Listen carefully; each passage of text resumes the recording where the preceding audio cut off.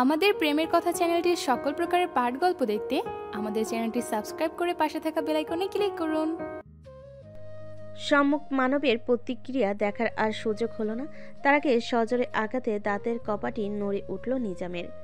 ঘাড়ের কাছে চুলগুলো দর্পণে মুষ্টিবদ্ধ, অনবরত টি টেবিলে মাথাটা ঠুকে যাচ্ছে। চোখ ঠিকরে আগুন বের হচ্ছে তার। হাত ঝাড়া দিয়ে ছেড়ে দিল নিজামকে। ফোঁসফোঁস করতে করতে আবার নিজের সিটে বসলো। তার কারণে নিজের কাছে কখনো সিয়াসার নাম আসবে এটা ভাবতে পারেনি। নিজের পরিবারের নাম এমন কারোর মুখে শুনতে শ্রুতিমধুর লাগছে না। ইচ্ছে করছে সব কটাকে মেরে ফেলতে, তাদের মস্তিষ্ক থেকে সিয়াসার নাম মুছে ফেলতে।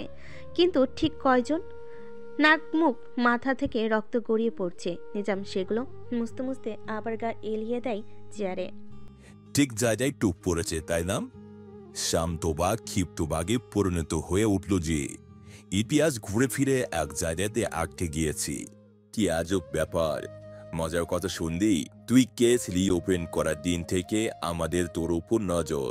প্রথম তোকে নিয়ে বেশি মাথা ঘামায় নেই, তারপর একজন আসলো আমাদের ঢেরায়। কিসের জন্য জানিস? তোর গার্লফ্রেন্ডকে মারার জন্য চুক্তি করবে। ছবি দেখে তো আমরা অবাক হয়েছিলাম। দেশ ওটা তো সাইবের মেয়ে। শালা আবারও জমজমাট হয়ে উঠল কেসটা। নাকের রক্ত মুছতে মুছতে জিজ্ঞাসা করলো নিজাম। দর্পণ হকচকাই। সিয়াসাকে কেউ মারতে চাইবে কেন? যে মেয়েটির জীবনে মায়া, ভালোবাসা, অন্যের ভালো করা ছাড়া আর কোনো লক্ষ্য নেই, সে মেয়েটির সাথে কারোর কি কোনো শত্রুতা থাকতে পারে? তবে কি এর কারণও সে? হাত দুটো মুষ্টিবদ্ধ করে অনবরত কপাল ঘষে যাচ্ছে দর্পণ। কি করবে ভেবে পায় না। মেয়েটি কিভাবে আষ্টে পৃষ্ঠে জড়িয়ে গেল এই মরণ খেলায়। নাকি সে আগে থেকে জড়িয়েছিল? সে চিবিয়ে নিজামের উদ্দেশ্যে বলল, ওর দিকে চোখ দিস না। বিষয়টা যতক্ষণ পর্যন্ত প্রফেশনাল থাকবে ততক্ষণ পর্যন্ত তোদের ভোগান্তি তত কম হবে। সরকার তোদের রাষ্ট্রীয় বিধানে লিপিবদ্ধ আইন অনুযায়ী শাস্তি দেবে, কিন্তু বিষয়টা যদি আমার পার্সোনাল ইস্যু হয়ে দাঁড়ায় তবে আমি আমার বিধান অনুযায়ী শাস্তি দেব, যেটা মোটেও আরামদায়ক এবং সহজ হবে না। নিজাম ফিসলে হেসে উঠল।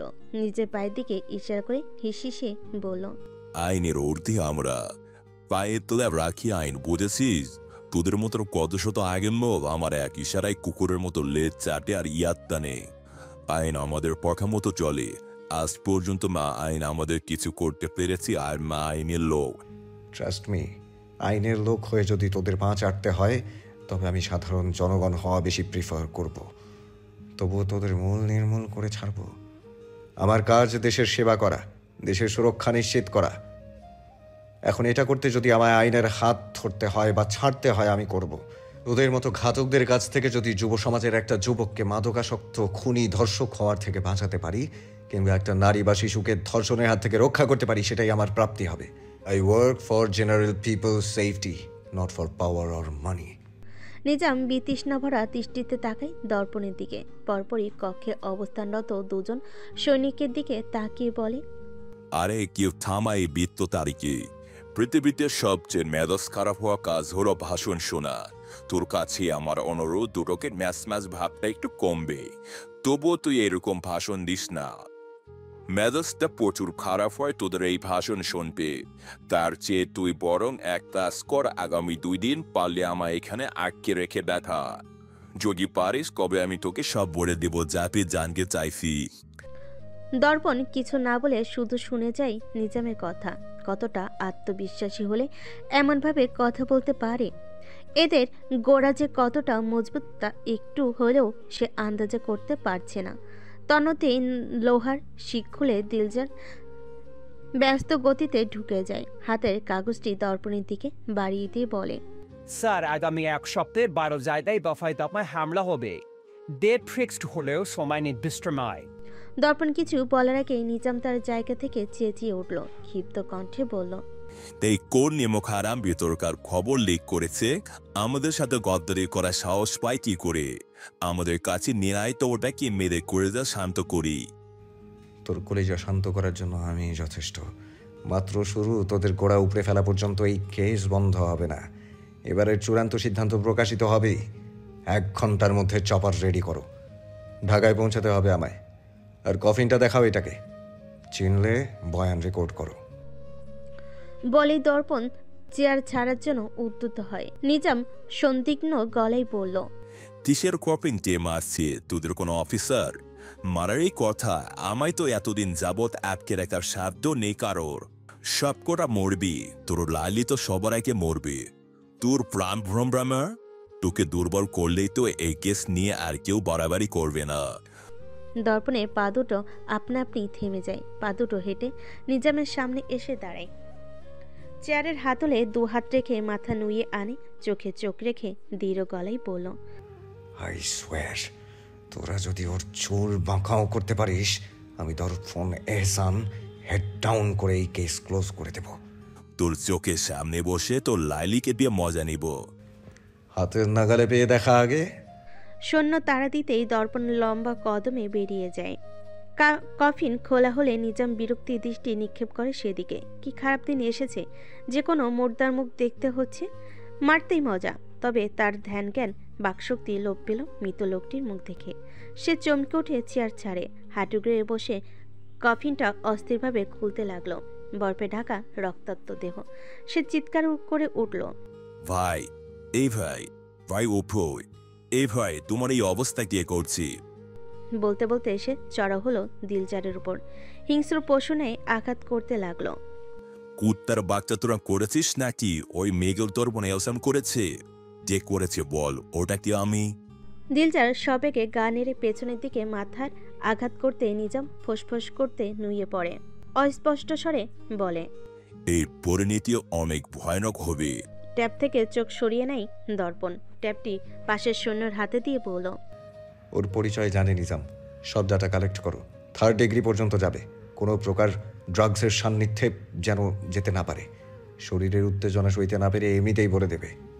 শীতাতাপ নিয়ন্ত্রিত কক্ষটিতে ঢুকতেই দর্পণ যেন খানিকটা স্বস্তিবোধ করল। দেহের পোশাক সেদ জলে ভেজা গন্ধযুক্ত হয়ে উঠেছে।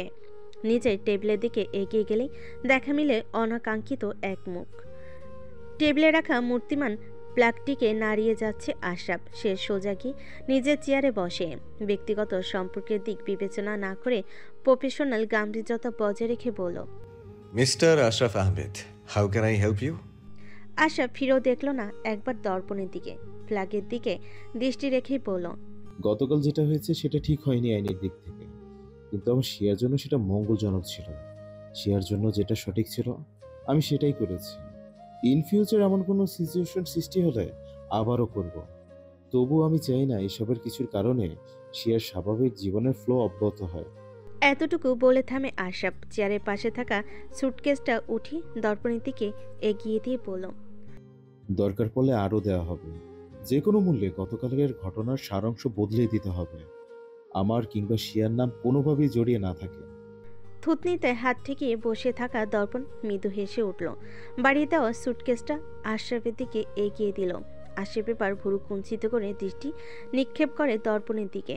দর্পণ চেয়ারে গা এলিয়ে বলল, আপনি ওটাকে না মারলেও আমি ঠিকই মারতাম ওকে, কিন্তু নিজের কিছু প্রশ্নের জবাব আদায় করে। হোয়াটএভার, আপনার এই বিষয় নিয়ে চিন্তা করার প্রয়োজন নেই। জনসমক্ষে আপনার কিংবা সিয়ার নাম আসবে না। শিয়া না, ওটা শিয়াশা হবে। Mind your language. আপনি ভুল সম্বোধন করেছেন। ভুল এটা নয়, ভুল ছিল আমার প্রথম সম্বোধনটা। মিস্টার আশরাফ নয়, মামা শ্বশুর হবে ওটা, তাই না? বাজে বিরক্তিকর রসিকতায় আশরাফের মেজাজ ধপধপ করে জ্বলে উঠল। দাঁত খিচে বলল, বিহেভ ইয়োরসেলফ মেজর দর্পণ এহসান। আপনার জন্য শিয়া কত বড় বিপদের সম্মুখীন হচ্ছে এবং ভবিষ্যতে হবে তা আপনি আন্দাজও করতে পারছেন না। আপনার সাহস কি করে হয় শিয়াকে নিজের সাথে জড়ানোর? দূরে থাকুন ওর থেকে। আমি যদি এখনো হাত পা গুটিয়ে চুপ করে বসে থাকি তা একমাত্র শিয়ার কারণে। ওকে কাঁদিয়ে আমি শান্তিতে নিঃশ্বাস নিতে পারবো না। তাই নিজ থেকে দূরে সরে যান, নয়তো আমি বাধ্য হব দূরে সরাতে। দুঃখিত, সিয়াকে সুরক্ষিত রাখার অ্যাবিলিটি আমার রয়েছে, তাই তার থেকে দূরে যাওয়ার মতো কাপুরুষতা আমি কখনো করব না। আপনার যা ইচ্ছে আপনি করতে পারেন। গনগনে গলায় বলল দর্পণ। আশরাফ ক্রুদ্ধ দৃষ্টি নিক্ষেপ করে গটগট করে বেরিয়ে গেল কক্ষ থেকে। দর্পণ দীর্ঘশ্বাস ফেলে টি শার্ট বদলে ইউনিফর্ম পরে নিজেও বেরিয়ে গেল প্রেস মিটিংয়ের উদ্দেশ্যে। মেজর ওয়ালি উল্লাহ 15 দিনে ছুটি কাটিয়ে সদ্য ঢুকেছে সেনানিবাসে। প্রয়োজনীয়তার কারণে তাকেও প্রেস মিটিং অ্যাটেন্ড করতে হচ্ছে। সে কিছু বুঝতে পারল না কোথায় কি যেন হচ্ছে। হাতের কাগজটিতে দৃষ্টি নিবদ্ধ রেখে দর্পণ মুখস্থ বিদ্যার ন্যায় গড় গড় করে বলতে শুরু করলো। সাঙ্গু নদীর তীরে হওয়া অতর্কিত হামলায় এই পর্যন্ত পাওয়া এভিডেন্স থেকে সেনা সদস্যরা এতটুকু জানতে পারে এটা পূর্ব পরিকল্পিত। নিরাপত্তা বাহিনীরা যতক্ষণে জানতে পেরেছিল ততক্ষণে খুব বেশি দেরি না হলেও একটা ঝুঁকিপূর্ণ পরিবেশ তৈরি হয়ে যায়, যার ফলে 4 জন সেনা সদস্য আহত হয় এবং ঘাতকদের মাঝে 3 জন গোলাগুলির সময় নিহত হন। আশা করি আপনারা আপনাদের প্রশ্নের উত্তর পেয়েছেন। তখন সমস্বরে কৃতজ্ঞতার আওয়াজ ভেসে আসলো সাংবাদিকদের মাঝে।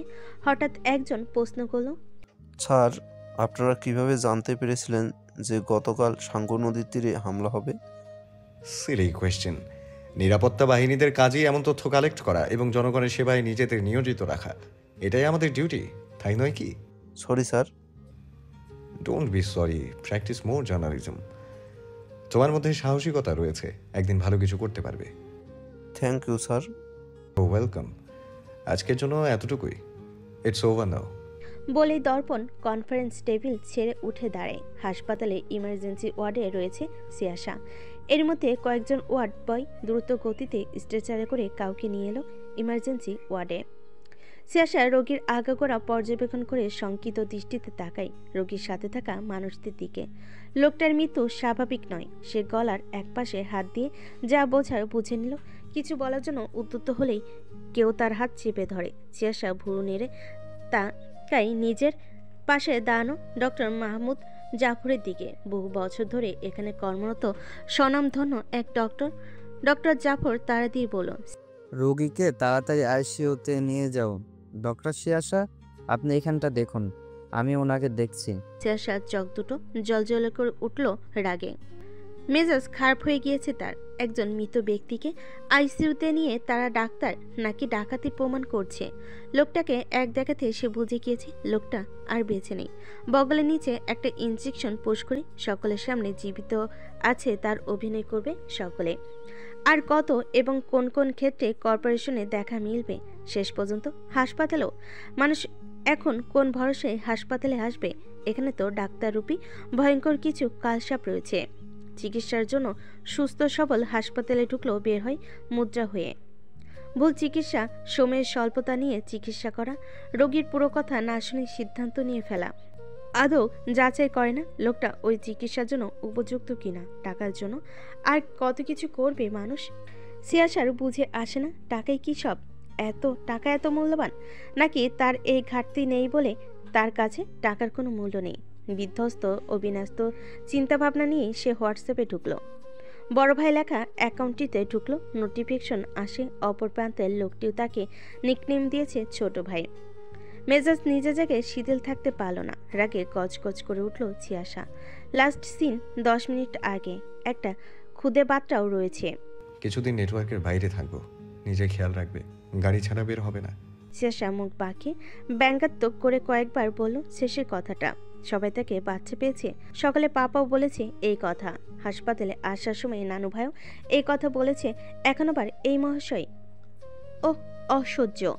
শুনবে না সে কারোর কথা। সে উড়বে ডানা মেলা মুক্ত পাখির মতো, যেখানে বাতাবরণে শুধু প্রেমের সুবাস ছড়িয়েছে, যা মনে করিয়ে দেয় সে ওই কাঠখোট্টা মানুষটিকে খুব ভালোবাসে।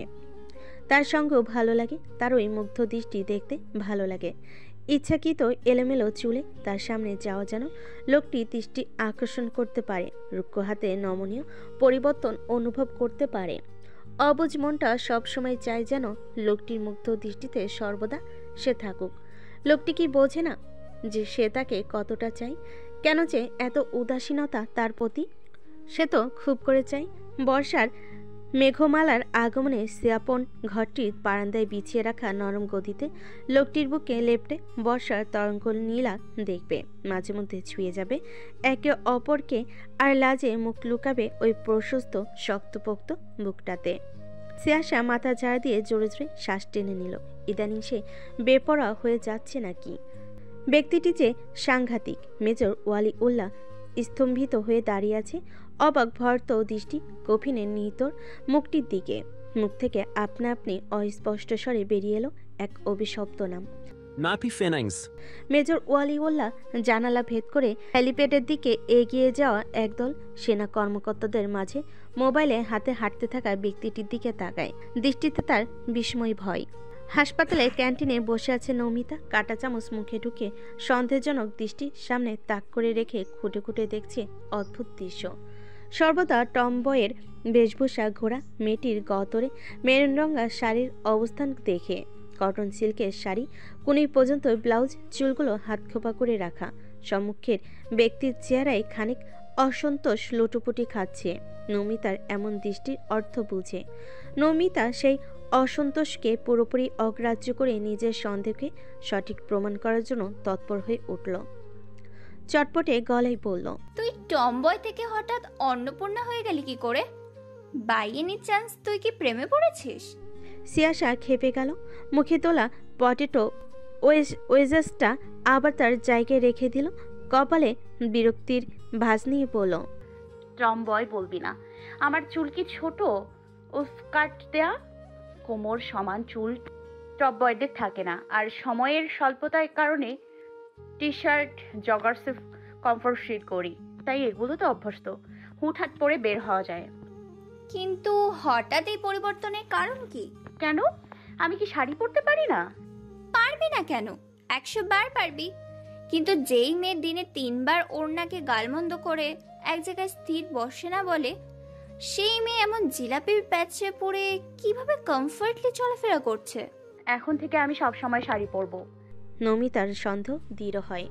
আত্মবিশ্বাসী কণ্ঠে উচ্ছ্বাসিত হয়ে জিজ্ঞাসা করল, দুলাভাইয়ের নাম কি? মেজর দর্পণ এহসান। ওয়েজেসে কামড় বসিয়ে বলল সিয়াসা। নমিতা আশ্চর্যিত হয়ে গেল। চটপটে গলায় কৌতূহলী হয়ে বলল, বাই এনি চান্স এই সেই লোক তো নয় যার ছোট্ট ছোট্ট প্যান্ট নিয়ে ছিনিমিনি খেলেছিলি?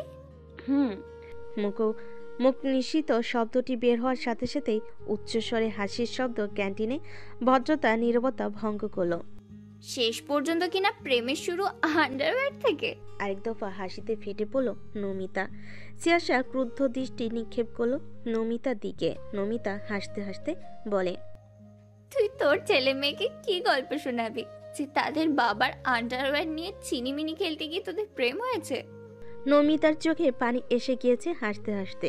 সিয়াসা দাঁত কিরমির করে বলল, এসব লেম কথা আমি আমার ছেলে মেয়েকে বল কেন গর্ধব? ওকে ওকে কুল, রেগে যাচ্ছিস কেন? আসল কথা বল, এমন মুখ লটকে বসে আছিস কেন? মামু জানতে পেরেছে গতকাল, প্রচুর রাগারাগি করেছে। সে খুশি না। আমার মনে হয় পাপা রাজি হবে না। কি সব বলছিস? সাইফ আঙ্কেল আর তোকে বারণ করবে? তাও আবার এত সম্মানীয় পেশার একজন মানুষকে, যেই পেশায় তারাও একদিন একনিষ্ঠ কর্মপরায়ণ ছিল। এটাই সমস্যা, তার পেশা। সে একজন নিরাপত্তা বাহিনীর লোক, এই কারণেই মামু মানতে নারাজ। সেটা কেন? নিরাপত্তা বাহিনীর লোকদের নিয়ে কি সমস্যা? এই তো জানি না। তুই ওভার থিঙ্কিং করছিস। সাইফ আঙ্কেলকে সময় নিয়ে বুঝিয়ে বল, দেখবি সে রাজি হয়ে যাবে। Hope so. পাপাই এখন আমার একমাত্র ভরসা। রাত 9টা। কলিং বেলের উপর কেউ অনবরত চাপ প্রয়োগ করে যাচ্ছে। সময়ের স্বল্পতা প্রকাশ করছে কিংবা তারা আছে। সিয়াসা লুকিং গ্লাসে চোখ রেখে সাথে সাথে দরজা খুলে দিল। মেজর ওয়ালিউল্লাহর ঘমার্ত চিন্তিত মুখশ্রীতে খানিকটা ভাটা পড়ল। জোরপূর্বক হাসি ফুটিয়ে তুলল মুখে। সিয়াসা প্রগাঢ় হেসে উচ্ছ্বাসিত কণ্ঠে বলল, হাই আঙ্কেল। কেমন আছো? আপনার সামনে আছি একদম ঠিকঠাক। ভেতরে আসুন। এখানে দাঁড়িয়ে আছেন কেন? নো প্রিন্স, তোমার পাপার সাথে দেখা করতে এসেছি। তোমার পাপা কোথায়? দুপুর থেকে ফোনে পাই করছি, ফোন বন্ধ করছি। পাপা তো অস্ট্রেলিয়ার উদ্দেশ্যে রওনা হয়েছে দুপুরের দিকে আঙ্কেল, তাই হয়তো বন্ধ পেয়েছেন। মেজর ওয়ালিউল্লাহ আবার চিন্তাগ্রস্ত হলো। আবারও জিজ্ঞাসা করলো, তোমার নানু ভাই অফিসে এখনো আসেনি? খুব প্রয়োজন কি? তাহলে অপেক্ষা করুন, তারা একটু পরেই এসে পড়বে। মা, তুমি চিন্তা করো না। তোমার পাপা পৌঁছে গেলে তার সাথে যোগাযোগ করে নিব। নিজের খেয়াল লাগবে, কেমন? আমি আসছি। সিয়াসা মুচকি হেসে ঘাড় নাড়ে। মেজর ওয়ালিউল্লাহ বেরিয়ে যায় সেখান থেকে। আশরাফ আসলো তার ঠিক 1 ঘন্টা পরে। হাঁটতে হাঁটতে তাই খুলতে গেলেও খোলে না। সেভাবে রেখে দেয়। এই কাজ তো তার নয়, তার কাজ সে করবে। দেওয়ালে টাঙ্গিয়ে রাখা বিশাল স্ক্রিনে কয়েকজন অতিরিক্ত আটা ময়দা রাখা মহিলার মুখ বারবার দেখাচ্ছে, সাথে বজ্রপাতের ব্যাকগ্রাউন্ড সাউন্ড স্পষ্ট নির্দেশ করছে এটা স্টার জলসার কোনো সিরিয়াল। মুখে উপটান মেখে দুই রমণী তা হা করে দেখছে। আশরাফ দাঁত কিরমির করে সোফার নিচে মাদুরে হাত পা ছড়িয়ে ছিটিয়ে হা করে বসে থাকা মিনির দিকে তাকায়। হাতের ব্লেজারটা সোফায় ক্ষিপ্ত হয়ে ছুঁড়ে মারতে মিনি আর মিনময়ীর ধ্যান ভাঙে। তারা খানিক চমকায়। আশরাফ এদিক ওদিক চোখ ঘুরিয়ে কিছু খুঁজছে। মিনি গোল গোল তাকিয়ে বোঝার চেষ্টা করছে আশরাফ কি করছে। টিভির পাশে স্তম্ভিত ফুলদানি ভেতরে কিছু কিছু খুঁজছে আশরাফ। পরপর ড্রয়িং রুমের সব কয়টা ফুলদানির ভেতর ফুল সরিয়ে দেখতে কাঙ্ক্ষিত জিনিসটি পেয়েছে আশরাফ। মিনি তড়িঘড়ি করে নিজের জায়গা ছেড়ে আশরাফের বিপরীত সোফার পেছনে দাঁড়িয়ে যায়। ভীত সন্ত্রস্ত হয়ে বলে, আয়শা কি শুরু করছে? ভালো মতো একটু চুপচাপ বইতে পারেন না? তোর মতো হতচ্ছাড়ি পাশে থাকলে কে চুপচাপ বসতে পারে? তোর না কিছুদিন পর পরীক্ষা, তোর কিছুদিন পর বোর্ড এক্সাম, সেটা কি তুই ভুলে গিয়েছিস? তুই বসে বসে স্টার জলসা দেখছিস, আবার মুখে ওসব কি মেখেছিস? আজ তোর একদিন কি আমার একদিন। মিনি ভয়ে চেঁচিয়ে ওঠে। মিনময়ী ভয়ত দৃষ্টিতে আশরাফকে একবার দেখে নেয়, তারপর এক দৌড়ে নিজের ঘরে চলে যায়। সারগরু খেপেছে। মিনি চেঁচিয়ে উঠল, পড়া শেষ কইরা আসছি, আফার কাছে জিজ্ঞাসা কইরা দেখেন। সব সময় এমন খেপাখেপি করবেন না। তুই আবার কথা বলছিস, দাঁড়া। বলে আশরাফ সোফায় এক ঘা লাগিয়ে দিল। মিনি এক ছুটে নিজের ঘরে গিয়ে ঠাস করে দরজা লাগিয়ে দেয়। গট গট করে নিজের ঘরে ঢুকতেই আশরাফের ভুরু কুচকে যায়। অতি রঞ্জিত হাসি নিয়ে দাঁড়িয়ে আছে মিনময়ী। তাকে দেখলে যার মুখ অন্ধকার হয়ে যায়, তার মুখে এমন স্বাভাবিক হাসি দেখে আশরাফের কপালে ভাঁজ সৃষ্টি হয়। সে কিছু বলতে যাবে, তার আগে মিনময়ী কৃত্রিম ভয়ত হাসি নিয়ে আশরাফের সামনে এসে দুহাত তুলে কাকতারুয়ার মতো দাঁড়িয়ে যায়। ললাটের বলিরেখা আরও বেড়ে যায় মিনময়ীর এমন কাজে। আশরাফের এক ভুরু আপনা আপনি উঁচু হয়ে যায়। সন্দিগ্ন গলায় জিজ্ঞেস করে, এসব কি? কেন? স্ত্রীর দায়িত্ব 3 নাম্বারটা আপনার মনে নেই? দেখেছেন, আমি মনে রেখেছি কিন্তু। আশরাফ আশ্চর্য হয়ে যায়। কোনো ধমকাধমকি ছাড়াই এই মেয়ে কীভাবে স্ত্রীর দায়িত্ব পালন করতে লাগলো। বাড়তি কোনো কথা বলল না, চুপচাপ কাকতারুয়ার মতো দাঁড়িয়ে থাকা মেয়েটিকে উঁচু করে তুলল। কৃত্রিম হাসিযুক্ত মুখটি ইতস্তত ভঙ্গিতে আস্তে আস্তে আঁচল দিয়ে ঘমর্ত মুখটি মুছিয়ে দেয়। পরপরই কপালের দুই গালে পুরুষালী ওষ্ঠে শুকনো স্পর্শ দিয়ে সরে আসে। আশরাফ থমথমে মুখে দেখে যাচ্ছে মেয়েটি ধমকাধমকি ছাড়াই এত ভালো পারফরমেন্স কিভাবে করছে। মিনময়ী চটপটে হাতে শার্টটাই খুলে লন্ড্রি বাস্কেটে রেখে তোয়ালে ট্রাউজার আর টি শার্ট এগিয়ে দেয়। আশরাফের ভেতরটাও প্রফুল্ল হয়ে ওঠে স্ত্রীর একটু সেবায়। প্রফুল্ল মনে ওয়াশরুমে ঢুকে যায়। নিজেকে কেমন বিশেষ বিশেষ লাগে নেংটি ইঁদুর সানার সেবা পেলে। ঠাকুর ঘরের প্রতিমার সামনে এক পায়ের উপর ভর দিয়ে কান ধরে দাঁড়িয়ে আছে বিনোদ। হেলে দুলে অনবরত ফু দিয়ে চলেছে ঠাকুরের আঙ্গুলের মাঝে থাকা ফুলটার উপর। প্রাণপণে চেষ্টা করছে ফুলটা ঠাকুরের পা থেকে ফালানোর জন্য। বহু চেষ্টার পরে যখন অসফল হলো, তখন ব্যর্থতার নিঃশ্বাস ফেলে ঠাকুরের প্রতিমার দিকে অসহায় দৃষ্টিতে তাকালো। করুণ গলায় বলল, এবারের মতন ক্ষমা করে দাও ঠাকুর, আর জীবনও তোমায় প্রণাম না করে ঘর থেকে বের হবো না। দয়া করে এবার ফুলটা ফেলে দাও। ঠাকুর ফুল তো ফেলোই না, বরং এমন ভাব ধরে মূর্তিমান হয়ে দাঁড়িয়ে আছে যেন সে বিনোদের কোনো কথাই শোনেনি। বিনোদ মুখ ছোট করে রান্নাঘরের দিকে তাকালো। লাল শাড়ি কোমরে গুজে লুচি বেলছে। গর্ভ অবস্থায় মেয়ের দেহে জমে যেন মাসুলভ সৌন্দর্য ফুটে উঠেছে মেয়েটির মাঝে। এই লক্ষ্মী তাকে আরও বেশি টানে। কিন্তু ঘরে ঢোকার সাথে সাথে মেয়েটি তীব্র নিন্দা প্রকাশ করছে তার প্রতি। সে নাকি খারাপ আলসে হয়ে গিয়েছে। সকালে ব্যস্ততার কারণে ঠাকুরকে প্রমাণ করতে যেতে পারেনি, রাগের উৎস মেটায়। শাস্তি হিসেবে ততক্ষণ পর্যন্ত ঠাকুরের সামনে এভাবে দাঁড়িয়ে থাকতে হবে যতক্ষণ না ঠাকুরের হাতের ফুলটি পড়ছে। আরে এটা কি সিনেমা যে কর্মচারী ফ্যান ধরে বসবে আর নায়কের মাথায় ঠাকুরের আশীর্বাদ স্বরূপ ফুল পড়বে? সে করুণ গলায় ফের ঠাকুরের উদ্দেশ্যে বলল, লাল শাড়ি পরেছে ঠাকুর, বুকের ভেতরটা চৌচির হয়ে উঠছে। এখানে আর বসে থাকতে পারছি না, তাড়াতাড়ি ফুলটা ফেলে দাও। ঠাকুরের কাছ থেকে পাত্তা না পেয়ে সে গলা উঁচিয়ে বলল, সকালে অনেক ব্যস্ত ছিলাম লক্ষ্মী, এবারের মতন ক্ষমা করে দাও। ঠাকুর মনে হয় ব্যস্ত আছে অন্য কারোর পুজোর ঘরে। কই, চুমু খাওয়ার সময় তো কোনো ব্যস্ততা থাকে না। চুমু ঠিকই খেয়েছিলেন, যত সব বাহানা ঠাকুরের সামনে। ঠাকুর অদৃশ্য বলেই এত অনীহা। যেদিন ঠাকুরের সামনে দাঁড়াতে হবে সেই দিন বুঝবেন। লক্ষ্মীও গলা উঁচিয়ে বলল। অন্তরে অন্তর আরও কিছু বলবে তার আগেই পেট মুচড়ে উঠল। সে একচুটে দৌড়ে বেরিয়ে গেল রান্নাঘর থেকে। বিনোদ চিন্তিত কণ্ঠে বলল, কি হলো, এভাবে দৌড়াচ্ছ কেন? লক্ষ্মীর জবাব আসলো না। সে নিজের ঘরে ঢুকে গিয়েছে। বিনোদ তড়িঘড়ি করে ঠাকুরের কাছে আরো দুবার হাত জোর করে ক্ষমা চেয়ে রান্নাঘরে গিয়ে গ্যাস বন্ধ করে দিল। নিজের ঘরে ব্যস্ত গতিতে এগিয়ে গেল। ওয়াশরুম থেকে শব্দ ভেসে আসছে। বেসিন আঁকড়ে বমি করছে লক্ষ্মী। বিনোদ তাড়াতাড়ি তাকে পেছন থেকে জড়িয়ে নিল নিজের সাথে। মাথায় হাত চেপে ধরলে কিছুক্ষণ বাদ বমি করা বন্ধ হয় লক্ষ্মীর। কি হলো, হঠাৎ করে এমন শরীর খারাপ হলো কেন? খাওয়ায় অনিয়ম করেছো? দুর্বল দেহটি বুকে জড়িয়ে নিয়ে বলল বিনোদ। লক্ষ্মী এবারও উত্তর করতে পারল না। দৈহিক দুর্বলতার কারণে বিনোদ লক্ষ্মীর হাত মুখ ধুয়ে পাজাকোলা করে ঘরে নিয়ে গেল। বিছানায় শুয়ে দিতে মেয়েটি চোখ মেলে তাকায়। বিনোদ এক গ্লাস পানি খাইয়ে দিল তাকে। নিটল দৃষ্টিতে লক্ষ্মী বিনোদের অন্ধকার হওয়া মুখটি দেখে নেয়। তার কিছু হলেই লোকটার মুখ এমন ছোট হয়ে যায়। লক্ষ্মী দুর্বল হাসি দিয়ে বলল, এত চিন্তা কেন করেন সব সময়? সন্ধ্যা থেকে প্রচুর তৈলাক্ত খাবার খেয়েছি, তাই হয়তো বমি হয়েছে। বিনোদ শান্ত হতে পারে না। ওই ঘটনার পর থেকে লক্ষ্মীকে নিয়ে তার খুব ভয় হয়। শারীরিক অবস্থা খুব বেশি ভালো যায় না। একটুতে লাজুক হয়ে পড়ে শরীর। আলগোছে লক্ষ্মীর এক হাত নিজের গালে ঠেকিয়ে মলিন মুখে বলে, তুমি নিজেকে শরীরের একটু যত্ন নাও না লক্ষ্মী। সবসময় বলি ডাক্তার ম্যাডামের কাছে গিয়ে রেগুলার চেক আপ অন্তত করিয়ে রাখো, কিন্তু না, তা তো তোমার নাকচ। তুমি ছাড়া আমার আর কেউ নেই লক্ষ্মী, কেন বুঝতে চাও না? আমার জন্য হলেও নিজের খেয়াল রাখো।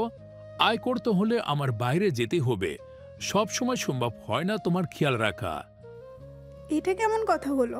আমি ছাড়া আপনার কেউ নেই কে বললো? আপনার মা বাবা ভাই বোন নেই? বিনোদ কথা বলে না। পরনের শার্টটা খুলে আলো নিভিয়ে দেয়। ধীরে ধীরে লক্ষ্মীকে বুকে জড়িয়ে শুয়ে পড়ে। মাথায় হাত বুলিয়ে দিতে দিতে ধিমি কণ্ঠে বলতে শুরু করে, আছো তো, কিন্তু ইদানিং তাদের চিনতে পারি না, বড্ড অচেনা লাগে। তারা কেন বুঝতে চায় না আমার ভালো থাকা তুমি? তারা যেমন আমার দায়িত্ব কর্তব্য ভালোবাসার স্থানে রয়েছে, তেমনি তুমিও তো আমার দায়িত্ব কর্তব্য ভালোবাসায়। একটা মেয়ে তার বাবা মা পরিবার পরিজন ছেড়ে একটা অচেনা ছেলের উপর ভরসা রেখে চিরদিনের জন্য অচেনা একটা ঘরে চলে আসে, তখন কি সেই ছেলের উচিত না তার বিশ্বাসের মর্যাদা রাখা? আমি প্রথম থেকে কোঅপারেট করে চলছিলাম, কিন্তু তোমার ভালো থাকা অর্থ আমার নিশ্চিত করতে হবে। ছেলের দায়িত্ব না হয় আমি দূর থেকে পালন করে যাব। আদর্শ ছেলে হতে গেলে আমি নিজের কাছে ছোট হব, তোমার কাছে ছোট হব, সমাজের কাছে ছোট হব, আমার গোপালের কাছেও ছোট হব। তার মাকে তার বাবা সুখী করতে পারেনি, এটা শুনতে পারবো না আমি। লক্ষ্মী কথা বলে না, চুপ করে শুনে যায় বিনোদের কথা। লোকটির চিন্তাভাবনা কাজে কর্মে কথায় দিন দিন আরও ভালোবাসার অতল গভীরে ডুবে যাচ্ছে সে। নিশ্চয়ই সে ভাগ্যবতী যে এমন একজন সুপুরুষ তার জীবনসঙ্গী। বাবা ডাক না শুনতে পেরেও এই লম্বা যাত্রায় কখনো তার হাত চায়নি। রেগে গেলেও কখনো খোঁচা দিয়ে দুঃখ দিয়ে একটা কটু কথাও বলেনি, বরং পরিস্থিতি ভেদে তাকে বোঝার চেষ্টা করেছে। কোনো চেনা জানা ছাড়া এই লোকটির হাত ধরে বাপের ঘর ছেড়েছিল। আজ লোকটি তার মনে বিশ্বাস স্বস্তির অভয়ের জায়গা করে নিয়েছে। আরও গভীরভাবে জড়িয়ে গেল লোকটির সাথে। বিনোদ জড়িয়ে ধরে বলল, আগামীকাল ডাক্তার ম্যাডামের কাছে যাব, চেক আপ করিয়ে আনবো, ঠিক আছে? লক্ষ্মী মাথা ঝাঁকায়। লোকটিকে আর চিন্তায় ফেলবে না। বেশ খানিকক্ষণ পরে বিনোদ ধীর কণ্ঠে ইতস্তত করে জিজ্ঞাসা করে, এই লক্ষ্মী ঘুমিয়ে পড়েছ? খিদে পেয়েছে, খাবার দেব? না, খিদে পায়নি। তোমার কি বেশি খারাপ লাগছে? বিনোদ ইতস্তত করে বলল। লক্ষ্মী বিনোদের বুকে থুতনি ঠেকায়। ভুরু কুঁচকে দেখে নাই লোকটির ইতস্তত চেহারা। কণ্ঠে সতেজতা চপলতা এনে বলল, আমি একদম ঠিক আছি। বমি করার পর শরীরটা আরো হালকা লাগছে, একটুও খারাপ লাগছে না। ও, তাহলে তোমার দুটো চুমু খাবো। জানোই তো তুমি লাল শাড়ি পরলে আমার চোখ ঝলসে যায়, মাথা ঠিক থাকে না। বিনোদ মুখ ছোট করে বলল। লক্ষ্মী থমথমে দুর্বল মুখ ঠিকরে উচ্চস্বরে হাসি বের হয়ে আসলো বিনোদের বলার ধরন দেখে। বিনোদ মুচকি হেসে প্রাণ ভরে দেখতে লাগলো লক্ষ্মীর হাসি। লক্ষ্মী কাল বিলম্ব না করে ঝুঁকে যায় বিনোদের দিকে, এক একে ছুঁয়ে দিল বিনোদের পুরো মুখশ্রী। বিনোদ তৃপ্তির হাসি নিয়ে দুহাতে শক্ত করে আঁকড়ে ধরে মেদযুক্ত কোমর। মেয়েটি তার মানসিক প্রশান্তি, তার জন্য যে সকল সুখ থেকে বঞ্চিত হতে রাজি হোক না, সেটা পৃথিবীর সবচেয়ে সুন্দর সুখ, বাবা হওয়ার সুখ। তমসায় আচ্ছাদিত ধরণীতে তখন সবেমাত্র আলোর বিস্তর গড়াচ্ছে। গগনে রাশি রাশি নীলাপ সাদাটে রৌদ্র উজ্জ্বলহীন মেঘমালা। সকালে শীতল ধুলোহীন বাতাবরণে কয়েকজন দল বেঁধে মৃদু আড্ডায় মশগুল হয়ে দৌড়াচ্ছে। শহরের জীবনে প্রত্যাহিক কর্মব্যস্ততা এখনও শুরু হয়নি বলে পাখির মৃদু কিচিমিচির আওয়াজ সুস্পষ্ট শোনা যাচ্ছে। দৈত্যাকার লোহার গেটের দুই পাশে দুটো সোনালু ফুলের গাছ শটান হয়ে দাঁড়িয়ে আছে, চূড়ায় হলুদ দোপাট্টা চড়িয়ে। ডুপ্লেক্স বাড়িটির সৌন্দর্য এই দুই হলুদিয়া সুন্দরী কেড়ে নিয়েছে। মিনময়ী মিলান দৃষ্টিতে তাকিয়ে আছে। খুব ইচ্ছে করছে এসে কৃত্রিম শীতলতা যান্ত্রিক শব্দের সমাহার থেকে বেরিয়ে প্রকৃতির কোলাহলে নিজেকে মত্ত করতে, কিন্তু তা হবা নয়। বারান্দায় স্লাইডিং গ্লাসের থেকে সকল পর্দা সরিয়ে দেওয়ার ফকফকা আলোয় ঝলমিলিয়ে রয়েছে বিশালাকার কামরাটি। মিনময়ী ঘাড় ঘুরিয়ে তাকায় ঘুমন্ত লোকটির দিকে। কত কিছুই না করলো ঘুম থেকে ওঠানোর প্রয়াসে। পর্দা সরিয়ে দিয়েছে, ঠাকঠুক শব্দ করছে যেন প্রাকৃতিক উপায়ে উঠে যায়, কিন্তু না, কম্পকূর্ণ ওঠার নাম নেই। সে হাত বাড়িয়ে বালিশের নিচ থেকে নোটপ্যাডটা বের করলো। 1 নম্বর দায়িত্ব পড়তে ভুরুযুগল কুচকে যায়। কি একবার মুখ ফসকে বুড়ো বলেছে, সেই থেকে জীবনটা একদম কলাগাছ বানিয়ে রেখেছে। কোনো স্ত্রী তার স্বামীকে চুমু দিয়ে ঘুম থেকে উঠায়, আবার তার সামনে শাড়ি পরে। এত আহ্লাদ আছে নাকি এখনকার দিনে? এসব উদ্ভট জিনিস এ লোকের আবিষ্কার করা, সে তা ঢের জানে। তাকে জব্দ করা লাগবে না, লোকটা তো জানে এমন অল্প স্বল্প স্পর্শের কাছে সে কাবু। দেহমন দুটোই দুর্বল হয়ে পড়ে। এই কারণেই ইদানিং লোকটার স্পর্শে সে অভ্যস্ত হয়ে গেছে, তেমন একটা অস্বস্তি হয় না। মন মানতে না চাওয়া আরও একটা কথা আছে, যেটা সে কোনো ক্রমে স্বীকার করবে না। কেন করবে? লোকটার এমন অল্প স্বল্প স্পর্শ তার ভালো লাগে, এটা তো ডাহা মিথ্যা কথা। তবুও ইদানিং অবচেতন মনে প্রায়শই এমন অদ্ভুত চিন্তাভাবনা জেঁকে বসে। উগ্রতার আড়ালে লোকটার নরম এক সত্তা যা প্রতিবার তার কাছে না চাইতেও প্রকাশ পায়। এই যে রাতের আড়ালে প্রায়শই তার ঘুম ভেঙে যায়, নিজেকে আবিষ্কার করে কারোর বাহু ধরে, কেমন আদুর হাতে জড়িয়ে তার ঘাড়ে মুখ ডুবিয়ে ঘুমায়। তখন খুব শান্তি লাগে তার। অফিসে যাওয়ার আগে তাকে আদর করতে দিতে হবে, অফিস থেকে আসলে তাকে আদর করে দিতে হবে, আঁচল দিয়ে মুখ মুছিয়ে দিতে হবে, ঠিক যেন একটা বাচ্চা হাঁটার তালে তার সাথে দেখা হলে মিষ্টি হাসি দিতে হবে, অবহেলা করা যাবে না। এমন কত শত আইন জারি করেছে তার উপর। মুচকি হাসি ফুটে উঠল মিনময়ীর ওষ্ঠপুঠে। গতকাল আপা ফোন করেছিল, তখন এক অদ্ভুত কথা শুনতে পায় সে। তার দুলাভাই এসেছিল তাদের বাড়িতে, হাত পা ভাঙা অবস্থায়, হুইল চেয়ারে করে।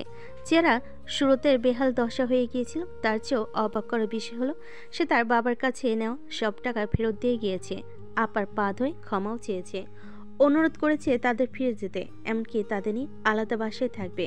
সে একটা নতুন চাকরি পেয়েছে, সেটাও আবার আশা গ্রুপ অফ ইন্ডাস্ট্রিজে মোটা অঙ্কের বেতনে।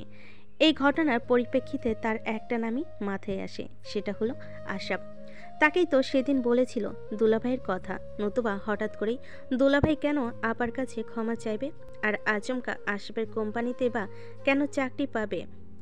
এক ধাপ শ্রদ্ধা মুগ্ধতা বেড়ে যায় খ্যাচখেচে লোকটার প্রতি। লোকটির কাছে বুঝি সে এতটা গুরুত্বপূর্ণ। অবচেতন মন আরও একটা কথা বলে, সেটাও তার কাছে ডাহা মিথ্যা কথা বলে মনে হয়। লোকটা কি তাকে ভালোবাসে? না না, এমন কিভাবে হতে পারে? লোকটা এমন খ্যাচখ্যাচ তো সেই বাসের রাত থেকেই করে। এতটুকু সময়ের মাঝে কারো ভালোবাসা হতে পারে বুঝি? না তো, হয় না। তাও আবার তার মতো হতদরিদ্র ঘরের মেয়ের প্রতি, যে নাকি কোনো দিক থেকেই আশাপের যোগ্য নয়। জোয়ান ছেলেদের কথা ভাবা হলে তাড়াতাড়ি আমার ঘুম ভাঙা গর্দ। অফিস আছে আমার, লেট হলে তোমায় আস্ত গিলে খাবো। নিজ ভাবনায় মশগুল মিনময়ী হক চুকিয়ে গেল ঘুম জড়ানো শাসানো কণ্ঠে। সে চকিতে আশরাফের দিকে তাকায়, বালিশে মুখ ডুবিয়ে ঘুমাচ্ছে। কত বড় ধুরন্ধর লোক, জেগে আছে তবুও উঠছে না। এটা তো অন্যায় হচ্ছে তার সাথে। ললাটে অজস্র বলিরেখা নিয়ে সে হড়বড়িয়ে যথাযথ যুক্তি উপস্থাপন করে বলল, আপনি তো জেগে আছেন, তাহলে উঠছেন না কেন? কোথায় জেগে আছি? আমার চোখ কি খোলা? চোখ যখন বন্ধ আমি জেগে নেই, ঘুমিয়ে আছি। তুমি তোমার কাজ করো, নয়তো অফিসে না গিয়ে সোজা তোমাদের পঞ্চায়েতের কাছে যাব। আর গিয়ে কি বলবেন? আমি কি দোষ করেছি? বড়কে চুমু দিয়ে ঘুম থেকে না উঠিয়ে অন্য ছেলেদের চিন্তায় মশগুল থাকা ব্যভিচারিণীর কথা বলবো। আমি ব্যভিচারিণী? আমি অন্য ছেলেদের কথা ভেবেছিলাম বলে কে বললো আপনাকে? আমি তো আপনার কথা ভাবছিলাম। সত্যি? হুম। গুড। তো আমার কথাই যখন ভাবছিলে, তাহলে চুমু দিতে সমস্যা কোথায়? চুমু দাও ফটাফট, আমার দেরি হয়ে যাচ্ছে। এরপর আবার শাড়ি পরবে, তাড়াতাড়ি করো, নয়তো সালিশ ব্যবস্থা করতে হবে। আর নেওয়া যায় না তোমার এইসব অপমান। আমি কি অপমান করলাম আপনাকে? যেই মেয়ে স্ত্রীর দায়িত্ব পালন করতে চায় না, স্বামীকে বুড়ো বলে, পাগল বলে, সেটা কি একজন স্বামীর জন্য অপমানজনক নয়? যুক্তিযুক্ত কথা। মিনময়ী দমে যায়। স্বামীকে এমন ধরনের কথা বলা তো ঠিক না। আশাপ চোখ বুজে অপেক্ষা করছে। উঠেছে আরও 10 মিনিট আগেই, কিন্তু চোখ খুলেনি। নাসার অন্তে ফুরফুরিয়ে চুলের গন্ধ প্রবেশ করতে এসে নড়চে উঠল।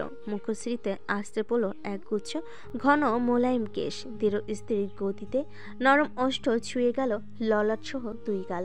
আশরাফ চোখ বন্ধ করে আঙ্গুল তাক করে ডিরেকশন দিচ্ছে কোথায় কোথায় দিতে হবে। সেই ডিরেকশন অনুযায়ী বদ্ধ নেত্রে আপতিত হলো নরম ওষ্ঠ।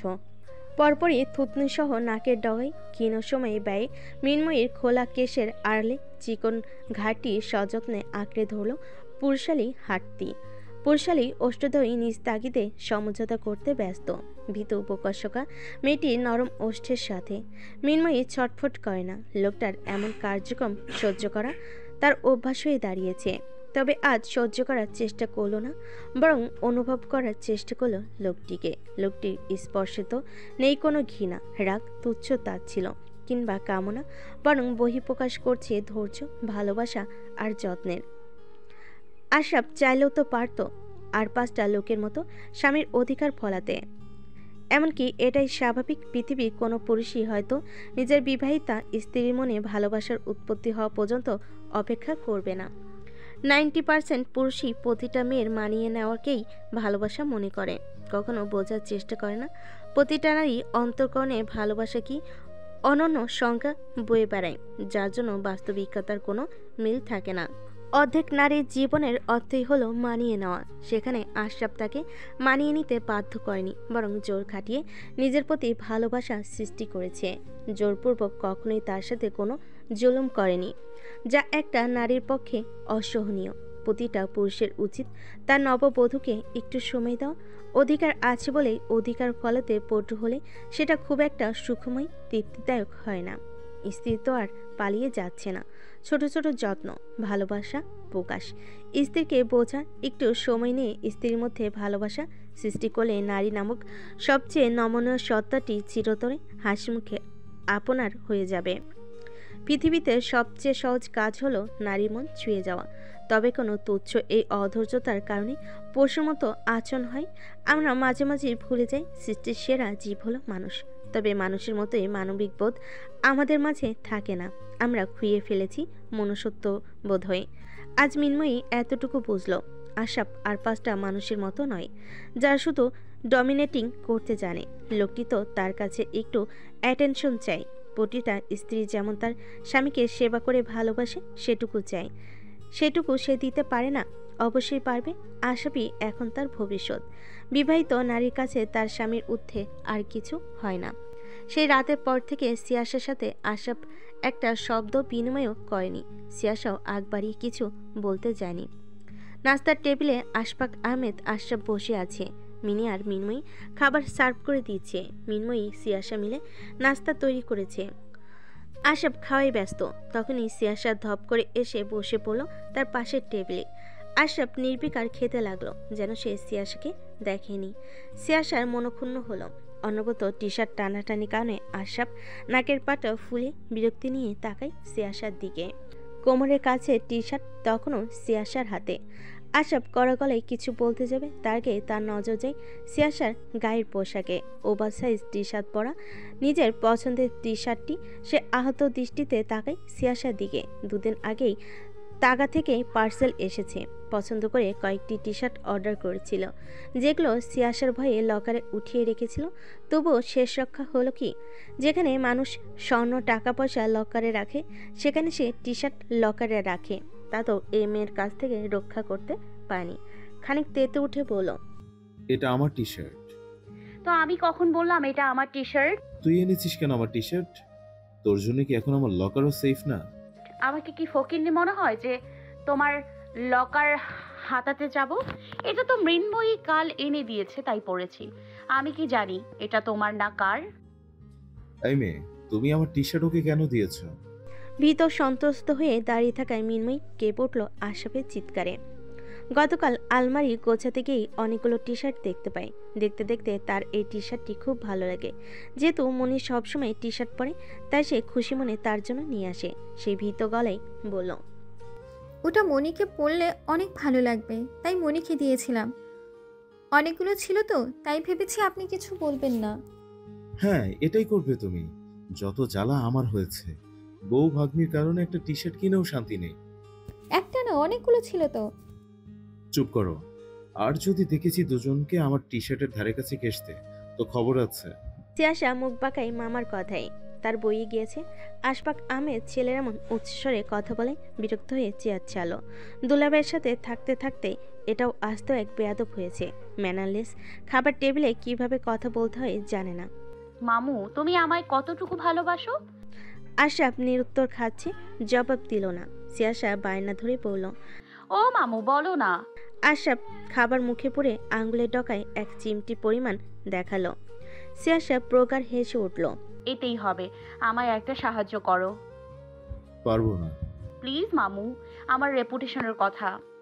আশরাফের হাত ঝাঁকিয়ে বলল সিয়াসা। আশরাফের ভুরু কুঁচকে যায়। সিরিয়াস কথাই চিন্তিত কণ্ঠে বলল, কি হয়েছে? হসপিটালে কোনো সমস্যা হয়েছে? সিয়াসা ঘন ঘন হ্যাবোধক মাথা নাড়ে। আশরাফ চল শক্ত করে নেয়। সিয়াসার পরবর্তী কথায় কিছু বলে না, চুপচাপ বেরিয়ে যায়। খাওয়া শেষ করে শীতাতপ নিয়ন্ত্রিত কক্ষে দাঁড়িয়েও বিনোদ দরদরে ঘামছে। বর্তমানে সে সোনোগ্রাফি কক্ষে রয়েছে। অন্তঃকরণে ভয়, আতঙ্ক ছড়িয়ে ছিটিয়ে আছে। ডাক্তার ম্যাডামের গম্ভীর থমথমে মুখ দেখে লক্ষ্মীর কি খারাপ কিছু হয়েছে? কয়েকদিন যাবতই সে খেয়াল করছে মেয়েটি কেমন দুর্বল হয়ে পড়েছে। বেশিরভাগ সময় শুয়ে থাকে। যদি কোনো অসুখ হয় লক্ষ্মী, দেহখানি গরম হয়ে উঠল উত্তেজনায়। লক্ষ্মীর দিকে তাকাতেই দেখতে পায় সে মিটিমিটি হাসছে। বিরক্তি দিতে বিনোদের ভুরু কুঁচকে যায়। লক্ষ্মীর হাসির কারণ সে জানে। আল্ট্রাসাউন্ড জেল পেটে দিলেই ওভাবে হাসে, তা নাকি মজা লাগে। ঠান্ডা ঠান্ডা জেল, একদম রিল্যাক্সিং ফিলিংস। এদিকে তার ভয়ে ঘাম ছুটে যাচ্ছে। সকল টেস্ট রিপোর্ট নিয়ে সিয়াসার কেবিনে আসলে বিনোদ চিন্তিত কণ্ঠে জিজ্ঞাসা করল, ডাক্তার ম্যাডাম, বড় কোনো সমস্যা হয়েছে কি? হাতে রিপোর্টটি থেকে চোখ সরিয়ে সিয়াসা বিনোদের দিকে তাকায়। দেখা মিলে বিনোদের বেরং হওয়া চেহারা। সে মুচকি হেসে বলল, এবার আমায় এক বয়াম নারিকেলের নাড়ু দিতে হবে বিনোদ দাদা। 2 বয়ম দেবো ম্যাডাম। লক্ষ্মী কি হয়েছে? ও কি ঠিক আছে তো? বিনোদ তড়িৎ কণ্ঠে বলল। সিয়াসা রিপোর্টটি এগিয়ে দেয় বিনোদের দিকে। বিনোদ আপ টু বটম একবার চোখ বোলালো। তার দেহ সর্বশান্ত হয়ে যায়। লক্ষ্মী পিটপিট করে দেখতে থাকে লোকটি। পূর্ব অভিজ্ঞতা থেকে এবং ডাক্তার ম্যাডাম ইউরিন টেস্ট দেওয়ার পর সে কিছুটা ধারণা করেছে। তবে কি সে আবারও মা হতে চলেছে? চকিতে সিয়াসার দিকে উৎকণ্ঠা নিয়ে তাকালে সে তার সকল উৎকণ্ঠা দূর করে দেয়। অভিনন্দন লক্ষ্মী, 9 উইক অফ প্রেগন্যান্সি। ভ্রূণ একটু দুর্বল, প্রপার টেস্ট করবে। দৌড়ঝাঁপ ভারী জিনিসপত্র ওঠাবে না। তোমার গর্ভাশয় অনেকটা নাজুক, তাই তোমার বেশি সতর্ক থাকতে হবে। আর প্রত্যেক মাসে একবার চেক আপ করিয়ে যাবে। লক্ষ্মী নত মস্তকে ঝরঝরিয়ে কেঁদে উঠল। বিনোদ ক্লান্ত দৃষ্টিতে তাকায় কান্নারত মেয়েটির দিকে। আর চিৎকার করে বলতে ইচ্ছে করছে পৃথিবীর সকলকে সে বাবা হচ্ছে। সে ছাড়েনি মেয়েটির হাত, বরং শক্ত করে আঁকড়ে ধরেছিল। যার বদৌলতে সৃষ্টিকর্তা আজ তাকে পরিপূর্ণ করে দিয়েছে। ক্লান্ত হাতে মেয়েটির মাথায় হাত বুলিয়ে দিল সে। তার থেকে বেশি হীনমন্যতা ভোগে মেয়েটি, তাকে বাবা হওয়ার সুখ দিতে না পেরে। সেই দুর্ঘটনার পর কাছে আসতে চাইতো না, বারবার বলতো আরেকটা বিয়ে করার কথা। আজ সকল ঝড়ঝাপটা পেরিয়ে তারা সফল। সিয়াসা মুচকি হেসে প্রেসক্রিপশন লিখতে শুরু করলো। এমন কত শত সুন্দর মুহূর্তের সাক্ষী হয়েছে সে ডাক্তারি জীবনে, তা অগণিত। আবার বহু কুৎসিত মুহূর্তেরও সাক্ষী হয়েছে যেখানে একজন 9 মাসের গর্ভবতী মহিলার স্বামী থেকে লাথিকে হাসপাতালে ভর্তি। দীর্ঘশ্বাস ফেলে ফোনের দিকে এক নজর তাকালো। কোনো নোটিফিকেশন নেই বড় ভাই অ্যাকাউন্টের থেকে। সেই রাতের পর থেকে একবারও যোগাযোগ হয়নি। যত সময় গড়াচ্ছে অস্থিরতা বাড়ছে। লোকটির সাথে কথা বলতে, তার পাশে হাঁটতে ভালো লাগে। শত ব্যস্ততার মাঝেও তাকে কল করত। এখন তো একটা সিঙ্গেল মেসেজও নেই। রাগ করেছে কি তার উপর? মামা অমন ব্যাপার না করলেও পারত। সকালটা তখন 11টা। মিনি গুনগুন করে গান গাইছে আর বসা ঘরে হাঁটছে বলে ভুল হবে। আশরাফকে পর্যবেক্ষণ করছে। মামা এসেছে বাহির থেকে। এই খ্যাসরা লোক আবার বাড়ি থেকে বের হবে মনে হয়। বের হলে সে টিভি দেখবে। আপা নেই, নানা নেই, মামি অনেক ভালো, তাকে কিছু বলে না, বরং তার সাথে মিলে মজা করে টিভি দেখে। খুব মজা হবে। পড়াশোনা করতে আর ভালো লাগে না। আনন্দে টইটুম্বুর হয়ে আশরাফকে এক গ্লাস জুস এগিয়ে দিল সে। ফোন থেকে দৃষ্টি তুলে আশরাফ মিনির দিকে তাকায়। চেহারায় আনন্দ উপচে পড়ছে। তবে মিনি আর মিনময়ীর জন্য আশরাফ সর্বদা খ্যাসরা। সেই খ্যাসরা অভ্যাস থেকে মিনির সকল আনন্দে পানি ঢেলে আদেশের সুরে বলো, 5 মিনিট সময়ের মধ্যে তৈরি হয়ে নিচে নামবি তোর মামিকে নিয়ে। আমি কোথায় যামু? কেন যামু?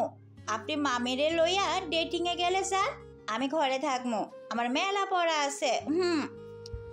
মুখ ভেঙে দেবো তোর। ডেটিং কি? হ্যাঁ, এসব শব্দ কোথায় শিখেছিস? আমি কোথাও যামু না, আমার 2 দিন পরে পরীক্ষা। স্যারেরা ঘরে বইসা বই পড়তে বলছে। তুই বই পড়বি নাকি স্টেজ জলসে দেখবি তা আমার ভালো করে জানা আছে। তুই তো সোজা কথায় যাবি না। তুই আর জোড়াবেত হলো একে অপরের বান্ধবী। দুটো পিঠে না পড়লে তোর শিরদার সোজা হয় না। বলে আশরাফ ফুলদানি ভেতর থেকে বেদটা বের করতে নিলে মিনি মেজাজটা দেখি এক ছুটে দৌড় দিল। মিনি যেতেই আশরাফ আবারও ফোন নিয়ে বসলো। মিনময়ীকে কলেজে ভর্তি করাতে যাবে, মিনিকেও নিয়ে যাবে সাথে করে। দুটোই তো সারাদিন ঘরে থাকে, বাইর থেকে ঘুরিয়ে আনবে, মন ফুরফুরে হয়ে যাবে। সাফেদ বাথটবের আড়ালে সদ্য গোসল নেওয়া সিক্ত বলিষ্ঠ দেহ, বক্ষ স্থানের মাংসল পেশিগুলো সুদৃশ্যমান। মাথায় তোয়ালে চাপতে চাপতে দর্পণ একবার দরজার দিকে তাকালো। রাষ্ট্রীয় মিশনে চূড়ান্ত শুনানির কারণে তাকে সহ উক্ত মিশনে যুক্ত সকলকে ঢাকায় আসতে হয়েছে। অফিস থেকে কাজ শেষ করে মাত্র হোটেলে ফিরল। আগামী 2 ঘন্টা হাতে ফির সময় আছে, তাই এতটুকু সময় নিজেকে দিচ্ছে। আগামী 7 দিন তার জন্য খুব গুরুত্বপূর্ণ। টাই-7-এ কেসটির গতিবিধি নিশ্চিত করার এটাই সুযোগ। দেশে হওয়া প্রতিটা হামলা যদি সেই আটকাতে পারে, তবে একটু হলেও ক্ষতি সাধন হবে ঘাতকদের। যেটা একটু হলেও নজর কাড়বে যে এই সকল কিছুর পেছনে মাস্টারমাইন্ড রয়েছে। আর সে এটাই চায়, ক্ষিপ্ত হয়ে কোনো এক ভুল কাজ করুক।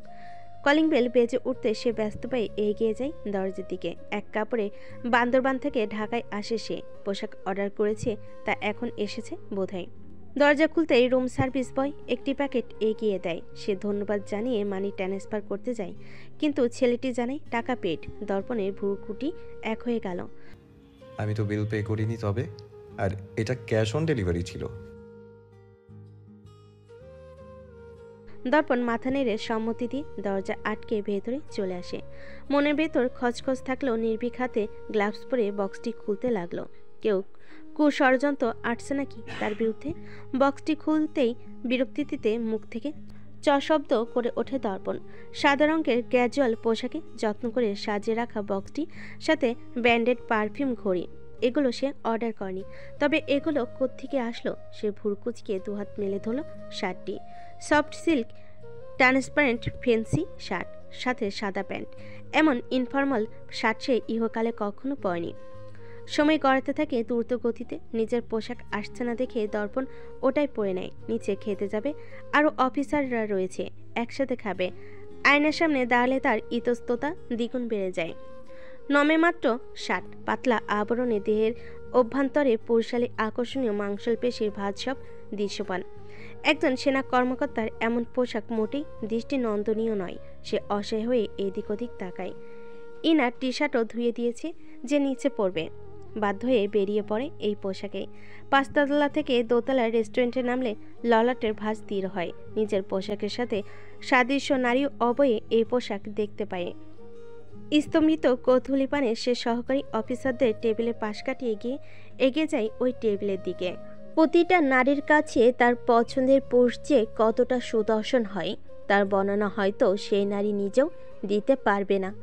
সর্বদা ফর্মাল লুকে দেখা পুরুষটিকে কখনো এমন ক্যাজুয়াল লুকে দেখার সুযোগ হবে ভাবতে পারিনি। ফিনফিনে পাতলা পোশাকের আড়ালে পুরুষালী মাংসল পেশির এক একটা খাজ উষ্ণতা ছড়াচ্ছে নারীটির অন্তঃকরণে। 6 ফুট 2 ইঞ্চি দেহে ঢিলেঢালা শার্টের সাথে কোটানো হাতা সামান্য একটা জিনিস পুরুষটির সুদর্শনের মাত্রা তত্তর করে বাড়িয়ে তুলছে। টপ টু বটম শার্টের প্রতিটা বোতাম এমনভাবে আটকানো যেন ফর্মাল পোশাক পরেছে। ফ্যান্সি পোশাকে এভাবে বোতাম লাগানো খানিক হাস্যকর লাগছে, তবুও এতটুকু খুঁত যেন পুরুষটির সৌন্দর্য নষ্ট করতে পারছে না। বাহিক্য গঠন, ব্যক্তিত্ব, হাঁটার বাচনভঙ্গি, চেহারার গাম্ভীর্যতা সকলের দৃষ্টি আকর্ষণ করতে সক্ষম। কিন্তু অদ্রিতার শুধু দৃষ্টি নয়, বরং মস্তিষ্ক সহ বুকের বাঁ পাশে ধরফর করা ওই যন্ত্রটিতেও যেন এই পুরুষটির শুধু আধিপত্য। রন্ধ্রে রন্ধ্রে বয়ে চলে উত্তেজনা তাকে নিজের করে পাওয়ার। এর থেকে যে নিস্তার নেই। সে কিভাবে বোঝাবে মনকে আর সামনের পুরুষটিকে? ললাটে অজস্র বলিরেখা, মস্তিষ্কে অজস্র প্রশ্ন। সম্মুখ দৃষ্টির প্রসন্নতা, লাজুকতা, কামুকতা যেন আজই নজরে পড়ল। এর আগে কখনো এমন দৃষ্টি সে খেয়াল করেনি, করার কথাও না। প্রফেশনাল কাজের বাইরে কখনো এক নজর শীতল দৃষ্টি ফেলত না সে অদ্রিতার দিকে। তাই হয়তো বিষয়টা এড়িয়ে গিয়েছে। দর্পণ যেতেই অদ্রিতা মুচকি হেসে চেয়ার এগিয়ে দিল। দর্পণ চুপচাপ বসে চেয়ারটিতে, অদ্রিতাও বসে দর্পণের বিপরীত চেয়ারে। একবার আগাগোড়া পর্যবেক্ষণ করে নেয় অদ্রিতার। সাফেদ রঙা সেম শার্ট, সেম প্যান্ট, ইনারের পোশাকটিও অশ্লীল। যে চোখ সরাই দৃষ্টি তাক করে একদম চোখে চোখে। অদ্রিতাও উৎফুল্লিত কণ্ঠে বলল, আপনাকে সুন্দর লাগছে। আমি প্রচুর এক্সাইটেড ছিলাম আপনাকে এমন ক্যাজুয়াল পোশাকে দেখার জন্য। ভুল বললেন মিস অদ্রিতা, এটা ক্যাজুয়াল পোশাক নয়, অশালীন ফ্যান্সি পোশাক। মেবি, কিন্তু ওটা অশালীন হবে না, হট হবে। দর্পণ এক দৃষ্টিতে তাকিয়ে থাকে অদ্রিতার দিকে। অদ্রিতার নির্লিপ্ততা অস্বাভাবিক লাগছে তার কাছে। কি অর্ডার করব স্যার? ওহ সরি, আজ কোনো প্রফেশনাল সম্বোধন নয়। দর্পণ কি অর্ডার করব? এই দায়িত্বটা আপনার নয় মিস অদ্রিতা। মিস আদ্রিতা নয়, দর্পণ। শুধু আদ্রিতা বলুন। আর আমায় আপনি করে বলার প্রয়োজন নেই, তুমি করেই বলতে পারেন। আমি কিছু মনে করব না, বরং খুশি হব। আপনার খুশি অখুশি আমার বিবেচ্য বিষয় নয়। কণ্ঠে তিক্ততা প্রকাশ পেল। অদ্রিতার হাসি হাসি মুখটাই একটু ভাটা পড়লেও তা বেশিক্ষণ টিকল না। এখন বিবেচ্য বিষয় না হলেও একটা সময় আপনার ধ্যান, জ্ঞান, বিবেচ্য, অবিবেচ্য সকল বিষয় আমিই হব। Sounds funny. এটা বাদ দিন, কথা তো হতেই থাকবে। আমরা বরং খাবার অর্ডার করি, খিদে পেয়েছে আমার। এগুলোর মানে কি মিস অদ্রিতা? কোনগুলো? Why did you send me this type of cheap dresses? ভালোবাসার মানুষটিকে নিজের দেয়া পোশাকে দেখতে চেয়েছিলাম, এবং আপনাকে আমার কল্পনার থেকেও সুন্দর লাগছে দর্পণ। আপনার মস্তিষ্ক সচল নেই মিস অদ্রিতা, তা কি আপনি জানেন? এর কারণও আপনি। আমার মস্তিষ্ক আপনি ব্যতীত অন্য কিছু ভাবতে পারে না। দর্পণ নামটি আমার মস্তিষ্কে অচল করে রেখেছে, অন্য কিছু ভাবার ফুসরত দেয় না। আমি আর পারছি না দর্পণ, আমার আপনাকে প্রয়োজন। দর্পণের মুখভঙ্গি অত্যাধিক পরিমাণে স্বাভাবিক। মেয়েটির আর্তনাদ কর্ণকুহুরে পৌঁছেছে কিনা বোঝা দেয়। অনতি দূরে টেবিলে বসা অফিসারদের দৃষ্টি ক্ষণের সময় বাদবাদ এদিকেই আপতিত হচ্ছে। কেউ আবার মিটিমিটি হাসছে দুজনের পোশাকের মিল দেখে। মোটামুটি সকলে ধারণা করে নিয়েছে কলিগ থেকে যুগলে পরিণত হয়েছে দুজন। এমন ঘটনা অস্বাভাবিক নয়, অনেক দেখেছে। You have lost your mind miss Adrita. আপনি কার সাথে কি কথা বলছেন ভুলে বসেছেন। নিজের বোকামি নিজের কাছে রাখুন।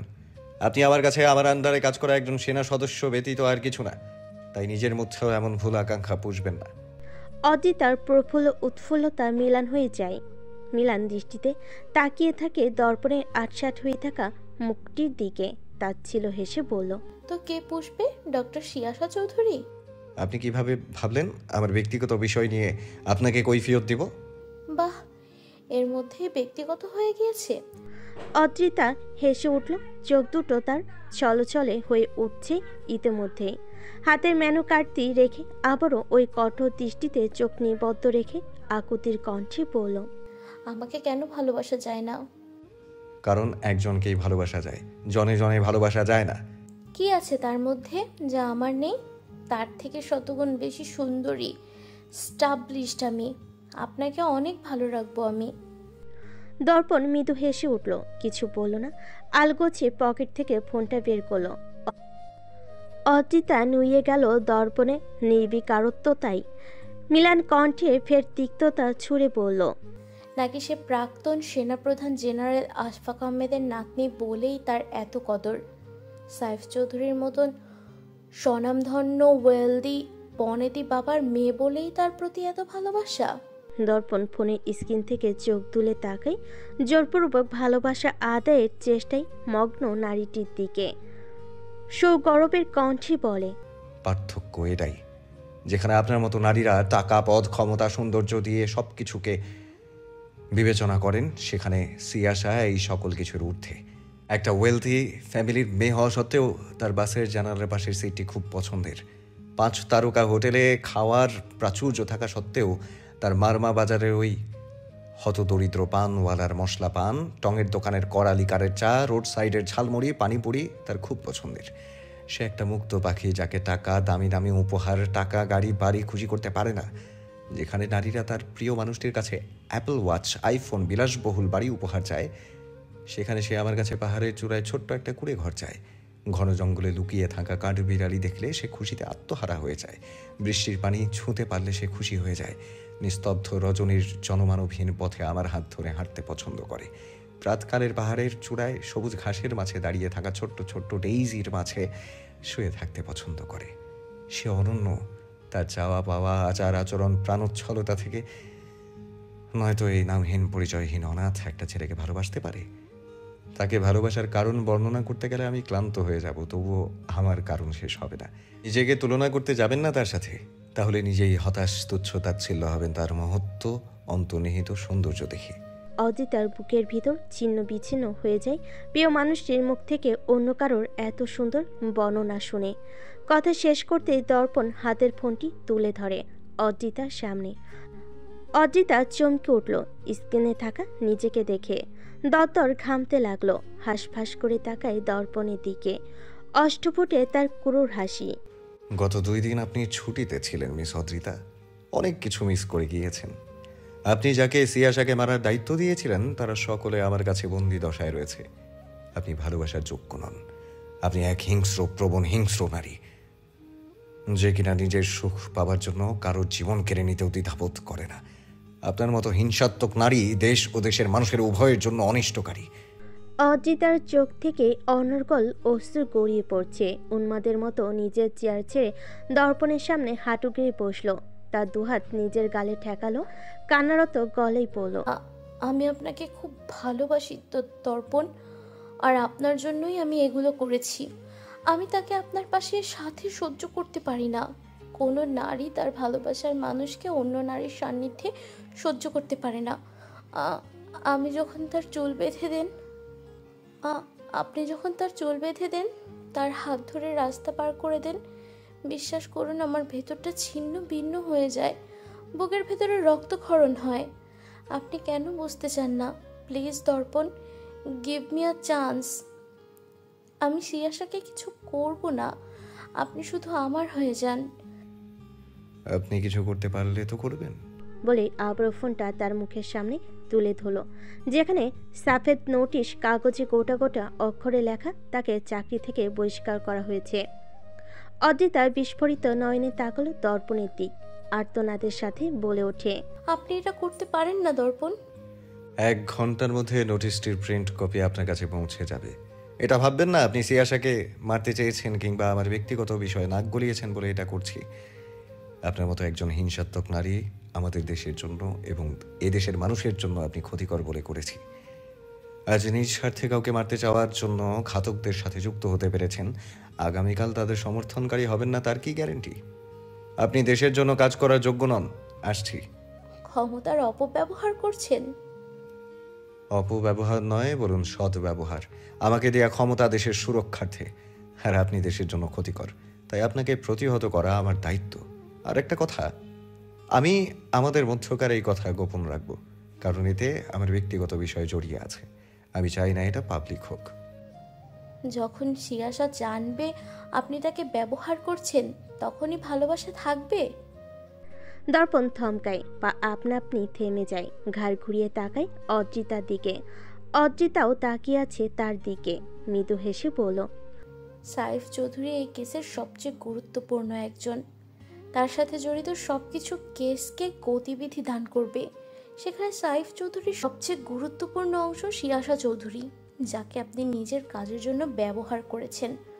যখন সিয়াসা জানবে আপনি কেসের গতিবিধি বাড়ানোর জন্য তাকে নিজের সাথে জড়িয়েছেন, তখন থাকবে এত ভালোবাসা? বিশ্বাস করবে আপনাকে? উত্তর দেওয়ার প্রয়োজনবোধ না করলেও অন্তঃকরণে লুকিয়ে থাকা ভয় থেকে আপনা আপনি অস্পষ্ট স্বরে খানিক সান্ত্বনামূলক বাক্য বের হয়ে গেল। সব কিছুর ঊর্ধ্বে সে নিজের থেকেও আমায় বেশি ভালোবাসে, তাকে অবিশ্বাস করার সুযোগটুকুও দেয়া হবে না।